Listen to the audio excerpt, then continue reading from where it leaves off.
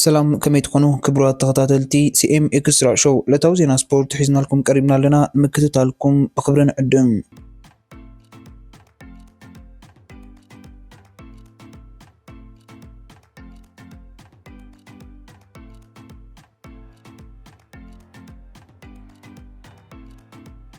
أهجرا ودر فرق ماراثون مبرا أفريقيا عرب شو منتلكاتي تاور وايد كتمام مصوا كير مخنو كوميشن بهالن سبورت نير ترامب بسادر زمر تقلع حموسا بساعات قد مقطري أبقى مرة خبوزان وش تهجر قريبا بزقبرو غازيتو مجلس حبيرو إذا محبر أتلتيكس على ما فرط أوركي بوز كير هجرا ودر كابورو بتهجرات كينيا غوانداندو بسودان وش تهجر كاب زبات الدوب مأكل كاشوار كان سمينا أي بحرن كم أو إنه كاب كلب دند ميسر مكل خال نايول كأتلتاتن أبزودر كساتو في مقالهم أم بسادر زمر تقلع وسيكو حبيرو أبتعد تابع كلا ودر فرق مالتهم بتوساق قديم قدم جمرو أتودر ذكرني حبر قيا ككهريو دكان سياتي 10 كيلومتر ذو حق تودر قيا كايدان كلوا بارا أولمبيكات تتدمع 5 كيلومتر ذو حتو نايول شير ودر كايديوم عمو داتا أمبسادر زمر تقله أمت أبو زر تساتف تنايدك أتلتات نخبر رغ سحرتات كهد مقالو أسمير له أبو تلش عسر شو عتنا أقرأ لك إذا حزا أقرأ ودي فرق مالتهم مبرا أفريقيا لو ما عمت مبل إسرائيل بشين جزيو كسلاس ليو إذا حلف عمت زود الدر مبل إسرائيل حمشين جزيو أبستخير له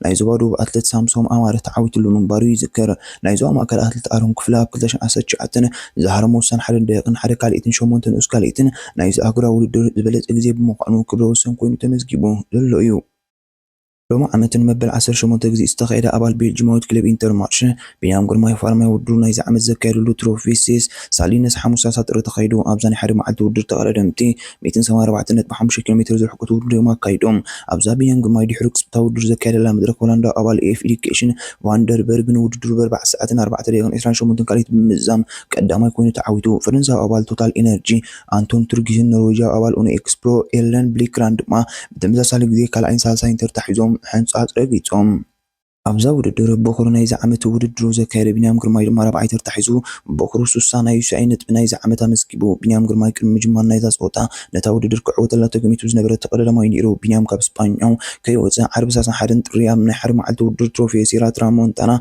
كتم مديو أبزا ودر ما تقرر دمت 250 حرن بسس كيلومتر زرح كتا ودر كايديوم أبقى زينا أبسان تستردون أندر كساتو فوزقني أبل مفيستان مهنا التسفاتين أول أستانا ينكم البران حموسا سات رابع نحرم على ودر صارف كوست كلاسيك تتسميدهم أبزن رابع جيزي استخير ودر لقلا دمتي لما 250 شوعتين كيلومتر رحقة ودر شوفون لون مدرك دنمارك وأبل بيسينيكي بوست توبياس أندرسن ودر بسس 19 شدقنا حموش تقاليت مزمعو صارف كوست كلاسيك نايز عمد كوينون عود كتلام عليه زور ساتوس داون أندرسان ويليفوردن جرمناوي تيم تورن دم أسور سيوم كلا سالسين ترتحزوم شامبيون إيرترانات نيل تسفاتين حمشاي ترتاك حزم كله شامبيون أفريقيا بالبراند ما بدأ نشوع حتى خليت اندحرو مبل 4 ترتحزوم دروزاز إيمو نات نيل تسفاتين حمشاي درجة بمحزو سيعو حمسة نايس عينت بيه كسبو زور الأولى حمو 3 ربسال ساي مدرخو كتسيلو أبزا مدرخ تقدم تبيت 80 كيلومتر زرح قطو عزو كايدوم بيلجماوي أبال سلال كوكستيب تم إيرلين دمان ودرو 4 ساعات 10 دقيقة عيسان سستن كالي تم مزام عوسال ساي مدرخ زور الأولى كوينو هولندا أبال جايكو الأولى ديلان غرينو وغن كالاي أبال يوي كولومبيا وسباستيان مولانو دما سال ساي ترتحزو أبزو درو ساتب زلو بحتاوي إرتراو تقدر أماي أبال ترنغانو بليغون تيم متكل يوب دما بعيسان سستن كالي تاردي حرمة بل 7 ترتحزو بريطانيا وتوماس بيركوك مريحنت نايزو ودر عقبو نبرهو أمدر خاقنيعو متكل يوب سسديو نيسان كلتن كاليتن دحرو مبل 4 ترتحي زلو زر الأولى حرب ساسا حدن تري برابع مدركو كسيلو كايديو نسعوداويت كلب الاتحاد معلم صنح ستيفن جيرارد مس حلفت تاغانتا دحرز بصحم ردا بسمع كاب تاغانتا كم استفاللي فابريزيرو مانو عمنا اكس حسابو طبيسو جيرارد فوشلنا ماكلام برا وعزو زازيمو انفتنا بكم تصاتا يزدم اول مدرك اوروبا غيرلو نزا غانتان تصاتا دغفتن بفل لاي دمان بريزيدنت نسمر المشي هلنا ابون بركوميتا كعسو غرحاتيم المشي علزلن العلمس كان قلص يفوت بنبال دما نايسن بدبدابي صحيفو الاتحاد أبز جزء بزاكبوت 10 نت بيكاب قدامه 3 غانتات 14 نت بيحا مبل 10 ترتا تسرع الله ኣጥቃዒ ቴላዊት ክለብ ኤሲ ሚላን ኣልቫሮ ሞራታ ናብ ቱርካዊት ክለብ ጋላታሳራይ ክጽምብራ ብድርኩት ምብጽሑ ተገሊጹ። ሞራታ ኣብ ግጥም ኣንጻር ዲናሞ ዛግረብ ምስ ዓላሚ ኤሲ ሚላን ሰርጂዮ ኮንሳሴኦ ድሕሪ ምግጫዊኡ ኣብ ዝርዝር ካብታ ጋንታ ዝሽየጡ ተጻወት ሰፊሩ። ጋላታሳራይ ድማ ነቲ ዕድል መዝሚታ ነቲ ካብ ክራማት ናብ ኤሲ ሚላን ዝገዓዘ ሞራታ ናብ ቱርክ ንምግዓዝ ብዘይተፈለየ መጠን ክፍሊት ምስ ሚላን ምስ ሞራታን ኣብ ስምዕ ብጽሓፍ ፋብሪዚዮ ሮማኖ ሓቢሩ። ኣብ ክራማት 13 ሚልዮን ዩሮ ወጻኢታት ተገይሩሉ ካብ ኣትሌቲኮ ማድሪድ ናብ ኤሲ ሚላን ዝገዓዘ ኣልቫሮ ሞራታ ብማልያ ሚላን ኣብ ዘካየዶም 26 ግጥማት 6 ክመዝግብ እንከሎ ሓደ ናይ ሾቶ ቅርብ ድማ ገይሩ። ኤሲ ሚላን ከም መተካተ ኣልቫሮ ሞራታን ሜክሲካዊ ጥቃዒ ፌርናንዶ ሳንቲያጎ ጂሚነዝ ብጥብቂ ተሃድኖ ምህላዋ ይንገር። ናይ ቅድም ተጻዋታይ ቸልሲን ኣያክስን ሞሮኮዊ ሃኪም ዚያች ናብ ቀጠራዊት ክለብ ኣል ዶሃል ተጸምቢሩ። ኣብ ላዕለዋይ ሊግ ቀጠር ትነጥፍ ኣል ዶሃል ነቲ ምስ ቱርካዊት ጋንታ ጋላታሳራይ ምጽዋት ጽንሕ ዚያች ናብ መሳርሒ ከም ጸምብረቶ ብወግዒ ፍሊጣ። ዚያች ኣብዛ ቀጠራዊት ጋንታ ንክንደይ ዝኣክል ግዜ ክጸንሕ ዛጊት ወግዓዊ ይኮነን። ገለገለ ምንጫት ግን ዚያች ክሳብ 2027 ምስ ኣል ዶሃል ንምጽዋት ከም ዝፈረመ ይገልጹ። ዚያች ምስ ጋላታሳራይ ዝኣሰሮ ኮንትራት ዝመጽእ ወርሒ ስነ ዘብቅዕ እኳ እንተነበረ ምስ ጋንታ ብዝገበረ ምርዳእ ግን ኣቐዲሞም ክፋትሑ መሪጾም። ኣብዚ ናይ ውድድር ዓመት ኣብ 11 ግጥማት ጋላታሳራይ ተሰለፈ። ዚያች ሓንሳብ ጥራይ ናይ ሾቶ ቅርብ ገይሩ። ናይ ክንፍት ከዓይ ኒውካስል ማጊሎ ኣልሚሮን ናብ ሜጀር ሊግ ሶከር ኣሜሪካ ብምቕናዕ ምስ ናይ ቅድም ክለቡ ኣትላንታ ዩናይትድ ተጸምቢሩ። ኣልሚሮን ናብ ኒውካስል እኹል ናይ ጾታ ግዜ ክረክብ ብዘይምኽኣል እዩ ካብ ኒውካስል ክወጽእ ወሲኑ። ንኣልሚሮን ንምፍራም 13 ሚልዮን ዩሮ ወጻኢታት ዝገበረት ኣትላንታ ዩናይትድ ንኣልሚሮን ዝቕጽሉ 3 ዓመታት ምስኣ ንኽጻወታ ፈሪማቶላ። ኣልሚሮን ኣብዚ ናይ ውድድር ዓመት ኣብ 9 ግጥም ፕሪምየር ሊግ ጥራይ ኣብ ሜዳ ክርአ እንከሎ ሾቶ ይኹን ቅርብ ግን ክበርክት ኣይከኣለን። ኣልሚሮን ኣቐዲሙ ኣብ 2019 ካብዛ ሕጂ ዳግማይ ተመሊሱ ኣብ ዘሎ ኣትላንታ ዩናይትድ ብ24 ሚልዮን ዩሮ ናብ ኒውካስል ተሰጋጊሩ። መድረክ ፕሪምየር ሊግ እንግሊዝ ናይ ወርሒ ጥሪ ሕጽያት ዝበለጸ ተጻዋታይ ኣሰልጣንን መሪጹ። በዚ መሰረት ሽልማት ብሉጽ ተጻዋታይ ወርሒ ጥሪ ተሓጺቦም ዝርከቡ ተጻዋታይ ማንቸስተር ሲቲ ፊል ፎደን፣ ተጻዋታይ ሊቨርፑል ኮዲ ጋክፖ፣ ተጻዋታይ ቦርንማውዝ ጃስቲን ክላይቨርትን፣ ዲን ሄድሽንን፣ ተጻዋታይ ኒውካስል ኣሌክሳንደር ኢሳቅ፣ ተጻዋታይ ክሪስታል ፓላስ ማቴታን፣ ተጻዋታይ ብሬንትፎርድ ብራያን ምቤሞን ክኾኑ ከለዉ ሽልማት ብሉጽ ኣሰልጣን ወርሒ ጥሪ ተሓጺቦም ዝርከቡ ድማ ኣሰልጣን ማንቸስተር ሲቲ ፔፕ ጓርዲዮላ፣ ኣሰልጣን ኣርሰናል ሚኬል አርቴታ፣ ኣሰልጣን ኒውካስል ኤዲ ሃውን፣ ኣሰልጣን ቦርንማውዝ አንዶኒ ኢራኦላን እዮም። ኣብዚ ወርሒ ጥሪ ብወሰን ተጻወትታ መስርዓ ክትሕድስ ተበጊሳ ዘላ ሱዳዊት ክለብ ኣል ነስር ጃፓናዊ ናይ ክንፍት ከዓይ ብራይተን ካኦሩ ሚቶማ ዘቕረበቶ ቀዳማይ ጠለብ ብራይተን ተነጺጋ። ኣል ነስር ንሚቶማ ንምፍራም 55 ሚልዮን ዩሮ እኳ እንተቕረበት ዝወጋገን ብራይተን ክምስጥ ኣብ ዘይምኽኣሉ ከም ዘለዎ መሊሳቶ። ኣል ነስር ኣብ ሓፂር ግዜ ብዝተመሓየሸ ካልኣይ ጠለብ ክትምለስ ድማ ትፅቢት ይግበረላ። ኣብዚ ዓመት ውድድር ኣብ 25 ግጥማት ፕሪምየር ሊግ ተጻዊቱ ዝርከብ ሚቶማ 5 ሾቶ ከምዝግን ከሎ ሶስት ድማ ናይ ሾቶ ቅርብ ገይሩ። ክንዕወት ኢና ዝብል እምነት ኣለኒ ብዙሓት ደገፍቲ የድልዩና ፔፕ ጓርዲዮላ። ኣሰልጣን ማንቸስተር ሲቲ ፔፕ ጓርዲዮላ ቅድሚ ናይ ጽባሕ አንጻር ክለብ ብሩጅ ዝካየድ ወሳኒ ጾታ ቻምፒየን ሊግ ሓሳባቱ ሂቡ። ፔፕ ጓርዲዮላ ብዘስምዖ መደረ ኣብዚ ውድድር ክንጸንሕ ኢና ዝብል እምነት ኣለኒ ብምባል ደገፍቲ ሓያል ደገፍ ክገብርሎም ፀዊዑ። ኣሰልጣን ፔፕ ጓርዲዮላ እንታይ ኢሉ? ጾታ ክንዕወተሉ እንደሊ ኢና፣ ክንዕወት ተዘይክኢልና ኣብዚ ውድድር ክንቅጽል ኣይንኽእልን ኢና። ኩሉ ደጋፊ ማንቸስተር ሲቲ ተሸቂሩ ይሓልፍ ከም ዘሎ ፈለጤ፣ ግን ክንምዝገብሮ እምነት ኣለኒ። ካብ ዝኾነ እዋን ላዕሊ ደገፍቲ የድልዩና ኣለዉ። ደገፍቲ ኣብ ግዜ ፆታ ብዝተኻእለ መጠን ኣብ ስታድዮም ዝለዓል ድምፂ ከተስምዑን ክድግፉን ንሓትት። ድኽመታት ክለብ ብሩጅ ይፈልጥ እየ፣ ግን ምስ ሚድያ ዘይኮንኩስ ምስ ተፃወትቲ የዛርብ። ኣብዚ ፅንኩር ኩነታት ክንኣቱ ተገዲድና ዘለና ፅቡቅ ፆታ ስለዘይተፃወትና እዩ። ብዙሕ ፆታታት ክለብ ብሩጅ ተዓዚበ። ኣብ ዝሓለፈ 20 ፆታታት ኣይተሰዓረትን። ኣዝዩ ሓያል ናይ ተኸላኸልቲ ክፍሊ ኣለዎም። ዓቢ ፆታ ምክያድ ኣለና። ኦስካር ቦብ ኣብ ናይ ጽባሕ ምሸት ፆታ ንጋንትኡ ክሕግዝ ክስለፍ ይኽእል ክብል እቲ ሰልጣኒ ገሊጹ። ዲያኑ እንግሊዝ ናብ ላሊጋ ይመጹ። ፍሎረንቲኖ ፔሬዝ ሓድሽ ፕሬዚደንት ፌደሬሽን ኩዕሶ እግሪ ስፓኛ ሩፋኤል ሎዛን ፕሬዚደንት ሪያል ማድሪድ ፍሎረንቲኖ ፔሬዝ ክለብ ማድሪድ ቢያኑ ሕማቅ በደል ይወርዳ ከም ዘሎ ከም ዝነገረው ገሊጹ። ፕሬዚደንት ራፋኤል ሉዊዝ ኣብ ስልጣን ምስ መጻእኩ ፍሎረንቲኖ ፔሬዝ ሪያል ማድሪድ ቢያኑ ትግፋዕ ከም ዘላ ነዚ ድማ መፍትሒ ክንረክብ ከም ዘለና ነጊሩኒ ኢሉ። ፍሎረንቲኖ ፔሬዝ ሪያል ማድሪድ ብሰንኪ ዲያኑ ብዙሕ ዋንጫታት ትስእን ከም ዘላ ነጊሩኒ። ፕሬዚደንት ፌደሬሽን ኩዕሶ እግሪ ስፓኛ ሩፋኤል ሎዛን ፕሬዚደንት ፌደሬሽን ወሲኹ ፍሎረንቲኖ ፔሬዝ ዲያኑ ላሊጋን ምምሕያሽ እንግሊዛውያን ዲያኑ ክመጹ ሓቲቱ። ስኮልስ ራሽፎርድ ካብ መቐየር ክዳን ክእገድ ኣለዎ። ተጻዋታይ ሬድ ዴቪልስ ነበር እንግሊዛዊ ፖል ስኮልስ ማርኮስ ራሽፎርድ ካብ ማንቸስተር ዩናይትድ እንተዝወፅእ ዝሓሸ ምኾነ ክብል ገሊጹ። ፖል ስኮልስ ራሽፎርድ ብባህርያቱ ብብዙሓት ሰባት ኣቆጢዕዎም እዩ ድሕሪ ምባል እቲ ኣሰልጣኒ ክዛረብ ዘይደልየሉ ምክንያት ብሰንኪ ዘይሩን ባህርያት ምንፅብራቑ ይመስለኒ።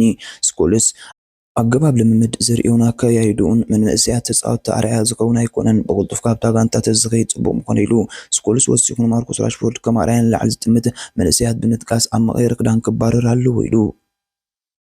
ተስፋ ዘለዎም ተጻወቲ ሞሮኮ መበዛስን 5 ዋንጫ ኣፍሪቃ ከተእንግድያ እቲ ውድድር ካብ 21 ታሕሳስ 2025 ክሳብ 18 ጥሪ 2026 ክካየድ ትጽቢት ይግበር። ኣብቲ ዝዓበየ ውድድር ዋንጫ ኣፍሪቃ 24 ሃገራት ዝሳተፋየን ካፍ ኦንላይን ዶት ኮም ኣብዚ ውድድር ክደምቁ ትጽቢት ዝግበረሎም ተስፋ ዘለዎም መንስያት ተጻወቲ ዝርዝር ኣዳሊሉ። ቀዳማይ ሴኔጋላዊ ላሚነ ካማራ ወዲ 20 ዓመት ዕድመ እዩ። ኣብታ ሃገር ኣብ ዝርከብ ናይ ኩዕሶ እግሪ ኣካዳሚ ፉት ጀነሬሽን ተማሂሩን ሰልጢኑን እዚ ናይ ማእከላይ ተከላካላይ ካማራ ክሳብ 2023 ኣብ ውሽጢ ሃገር ምስ ጋንታታት ጋላክሲ ጋሳ ስፖርትን ጀነሬሽን ፉትን ተጻዊቱ። ኣብ 2024 ፈረንሳዊት ክለብ ሜትስ ብሉስ ብቕዓት ናይ ተጻዋታይ ድሕሪ ምርኣያ ፈሪማቶ። ኣብ ተመሳሳሊ ዓመት ናብ ክለብ ሞሮኮ ድሕሪ ምስጋሩ ኣብዚ ሕጂ እዋን ኣብታ ጋንታ ብዝለዓለ ብቕዓት ይጻወት ኣሎ። እዚ ተጻዋታይ ምስ ኣገራዊት ጋንታ ሴኔጋል ኣናብስ ተራንጋ 23 ፀወታታት ተጻዊቱ 6 ሾታት ተመስጊቡ። ካማራ ኣብ 2024 ብሉጽ መንእሰይ ተጻዋታይ ካፍ ተባሂሉ እውን ተሸሊሙ እዩ። እዚ ተጻዋታይ ኣብ መበል 5 ዋንጫ ኣፍሪቃ ክሳተፉን ትጽቢት ይግበር። ካልኣይ አይቮሪካዊ ካሪም ኮናት ሓደ ካብቶም ዋንጫ ኣፍሪቃ ክዕብለል ትጽቢት ዝግበረሉ ተጻወቲ ሓደ እዩ። እዚ ተጻዋታይ መስመር ምትካዕ ተጻወት ወዲ 20 ዓመት ኮናት ኣብዚ ሕጂ እዋን ብልቃሕ ምስ ኣውስትራልያዊት ክለብ ሬድ ቡል ሳልስበርግ ላይፍሪንግ ተጻወት ዘሎ ኮይኑ ኣብታ ብልቃሕ ዝተጻወተላ ክለብ ብሉጽ ክእለት የርኢ ኣሎ። እዚ ተጻዋታይ ሞሮኮ ኣብ ዝካየድ ዋንጫ ኣፍሪቃ ፍሉይ ጽልዋ ክሕድር ተስፋ ኣለዎ። ሳልሳይ ኣንበሳሳን 5 ዋንጫ ሃገራት ኣፍሪቃ ካብ ዝሳተፉ 24 ጋንታታት ሓደ ካብቶም ተስፋ ዘለዎም መንስያት ሓላዊ ውላድ ኣሚን መሚክ እዩ። መሚክ ሓላዊ ውላድ ሃገራዊት ጋንታ ቱኒዝያ ኮይኑ ዕድሚኡ ገና ወዲ 20 ዓመት እዩ። ኣሚን መሚክ ተጻዋታይ ክለብ ኤስፐራንስ ደ ቱኒስ ኮይኑ ክለብ ኤስፐራንስ ኣብ ውሽጢ ሃገር ሊግን ካፍ ቻምፒየንስ ሊግን ኣብ ዘካየዶም ፀወታታት መሚክ ብሉጽ ብቕዓት እዩ ዘንጸባርቕ። እዚ ተጻዋታይ ካብ 2024 ጅምር ምስ ሃገራዊት ጋንታ ቱኒዝያ ብዝርዝር ኣስማት ቀዳማይ ሰላፍ እዩ። ኣብ መበሳሳን 5 ዋንጫ ኣፍሪቃ ሃገራዊት ጋንታ ቱኒዝያ ልዕሊ ኩሎም ሓለውቲ ውላድ ደሚቑ ክወጽእ ትጽቢት ይግበር። ራብዓይ ዑመር ዲያኪት ወዲ 21 ዓመት ዕድመ ኮይኑ ሃገራዊት ጋንታ ኢቮሪ ኮስት ዓብ ትኩረት ዝገበረትሉ ብሉጽ ኣጥቃዕ እዩ። እዚ ተጻዋታይ ኣብዚ ሕጂ እዋን ኣብ ፈረንሳዊት ክለብ ራይምስ በቀዳምነት ጽዋዕ እዩ። ኣብዛ ጋንታ ዘርእዮ ብቕዓት ብምብጋስ ካብ 2023 ጀሚሩ ኣብታ ሃገራዊት ጋንታ ተካቲቱ ዝርከብ። ብዘይካ እዚ ካብ 21 ፀወታታት 5 ሹታት ብስሙ መስጊብሉ። ኣብዚ ውድድር ዝለዓለ ግምት ካብ ዝተዋህቦም ብቀዳምነት ይጥቀስ። ሓሙሻይ ኣብ መጨረሻ ድማ ኢብራሂም ማዛ እዩ። እዚ ወዲ 19 ዓመት ኣልጀርያዊ ተጻዋታይ ማዛ ኣብዚ ሕጂ እዋን ምስ ጀርመናዊት ክለብ ሄርታ በርሊን ከመጥቃዒ ኮይኑ ይጻወት ኣሎ። እዚ ተጻዋታይ ብቴክኒካዊ ክእለቱን ኣብ ፀወታ ዘለዎ ምርግጋእን ኣብ ሊግ ጀርመን ብጣዕሚ እዩ ዝድነቕ። ኣብ ቡንደስሊጋ ዘንጸባርቖም ዘርኣየ ብቕዓት ምስ ሃገራዊት ጋንታ ኣልጀርያ ክጻወት ተመሪጹ ኣሎ። ሃገራዊት ጋንታ ኣልጀርያ ንመበሳሳን 5 ዋንጫ ኣፍሪቃ ንምልዓል ኣብ ተጻዋታይ ዝለዓለ ተስፋ ኣንቢራ ኣላ። ኔይማር ናብ ናይ ቁልዕነቱ ክለብ ተመሊሱ። ብራዚላዊ ተቃዓኒ ኔይማር ናብ መበቆል ዓዱ ብራዚል ከም ዝተመልሳ ማሕበር መራኸቢታት ገጹ ፍሊጡ። ቅድሚ ሕደት መዓልታት ምስ ሱዑዳዊት ክለብ አልሂላል ዝተፈለየ ኔይማር ኣብ ናይ ቁልዕነት ክለብ ሳንቶስ ከም ዝተጸንበረ ፍሊጡ። ኔይማር ድሕሪ 12 ዓመት ናብ ናይ ቀደም ሰለብ ሳንቶስ ተመሊሱ ይርከብ። እዋናዊ ሓበሬታ ምስ ስጋር ተጻወቲ ብልቃሕ ናብ ክለብ ላይፕዚግ ዝጻወት ዘሎ ተጻዋታይ ፒኤስጂ ዛቪ ሲሞንስ ምስ ላይፕዚግ ቀዋሚ ውዕል ፈሪሙ ኣካፋ ሊቨርፑል ስቴቫን ፓቺች ካብ ክለብ ላክስበርግ ብልቃሕ ናብ ላስ ፓልማስ ተጸንቢሩ። ዌስትሃም ዩናይትድ ንኣጥቃዓይ ፒኤስጂ ሪካርዶ ፔፕን ፍራም ዘካየደቶ ጻዕሪ ተነጺጉ። ዴቪድ ራያ ንጾታ አንጻር ማን ሲቲ የርክብ ድዩ። ኣብዚ ክፍለጥ ዘሎ ቁጽሪ ሓደ ሓላዊ ውዳት ጋነርስ ዴቪድ ራያ ኣብ ቻምፒየንስ ሊግ አንጻር ኣርሰናል ጅሮኒያ ኣብ ዘካየደ ጾታ ከም ዘይሳተፍ ይፍለጥ። ሚኬል ኣርቴታ ዴቪድ ራያን ምንታይ ካብ ተቐያሪ ወንበር ከም ዝተቐመጠ ብምግላጽ ንክጻወት ብቑዕ ኣይኮነን ኢሉ። ክለብ ኣርሰናል ንሓላዊ ውዳት ዴቪድ ራያን ሰንበት አንጻር ማንቸስተር ሲቲ ኣብ ዝካየድ ጾታ ከተሰልፎ ተስፋ ከም ዘለዋ ዘኣትሌቲክ ሓቢሩ። ኣርሰናል ዝመጽእ ሰንበት ሰዓት 7 ፍርቓ ድሕሪ ቀትሪ አንጻር ማንቸስተር ሲቲ ኣዝዩ ወሳኒ ጾታ ከተካይድ እያ። አልነስር ተዓዊታ ኣብ መበል 18 ሰሙን ሊግ ስዑድ ዓረብ አልነስር አንጻር አልራዒድ ዘካየደቶ ጾታ 2-1 ተዓዊታ። ክርስቲያኖ ሮናልዶን አልቦሻይልን ናይ አልነስር ናይ ዓወት ሾታ ተመዝጊቦም። ፖርቱጋላዊ ተቃዓይ ክርስቲያኖ ሮናልዶ ኣብዚ ዓመት ስፖርት መበል 15 ሾቶ ሊግ ብምዝጋብ ንምሉጻት መዝገብ ሾታት ሊግ ይመርሕ ኣሎ። ክርስቲያኖ ሮናልዶ ኣብ ናይ ኩዕሶ እግሪ ህይወቱ መበል 921 ሾቶ መዝጊቡ። ደረጃ ሰሌዳ ሊግ ዘን ጋንታታት ምስ ንርኢ አልነስር ብ38 ነጥቢ፣ አልዒድ ብ14 ነጥቢ። ሰርጂ ራሞስ ናብ ሜክሲኮ ይኸይድ። ስፓኛዊ ተከላካላይ ሰርጂ ራሞስ ምስ ሜክሲካዊት ክለብ ሞንተሬይ ክጽንበር ይዘራረብ ከም ዘሎ ይግለጽ። ፕሬዚደንት ክለብ አንቶኒዮ ኖሪየጋ ጋንቱኡን ሰርጂ ራሞስ ምፍራም ኣብ ዝርብ ከም ዘላን ማዕከናት ዜና ተሃገር ኣፍሊጡ። ሰርጂ ራሞስ ኣብታ ክለብ ቁጽሪ 90 ሰማልያ ክለብ ብስ ከም ዝሓተተ ይግለጽ። ሰርጂ ራሞስ ኣብ መወዳእታ ደቂቃ ምዛዘ መጽወታ ቻምፒየንስ ሊግ 2014 አንጻር አትሌቲኮ ማድሪድ ዘመዝገባ ሾቶ ንምዝካር ቁጽሪ 90 ሰማልያ ክለብ ብስ ከም ዘለየ ተገሊጹ። ወዲ 38 ዓመት ተከላካላይ ሪያል ማድሪድ ነበር ሰርጂ ራሞስ ዝሓለፈ ክረማት ካብ ክለብ ሴቪያ ካብ ዝወጽእ እንዳሓር ብዘይ ክለብ ጸኒሑ። ዝገበርኩም ሰማዕትና ንሕጂ ሒዝናዮ ዝቀረብና ዕለታዊ ዜና ስፖርት ዝክትከታተሉ ጽናሕኩም እዩ። ኣብ ዝቅጽል ምክትታልኩም ኣይተቋርጹ። ካልእ እውን ስለ ዘሎ ተን 4 ሕግታት ሼር፣ ላይክ፣ ኮሜንት፣ ሳብስክራይብ ኣይትዘልውን ወድሓንኩም። አንበሳ ቢበዓል ስረ አንበሳ أنبسا بني بعال سره أنبسا أنبسا بني بعال سره أنبسا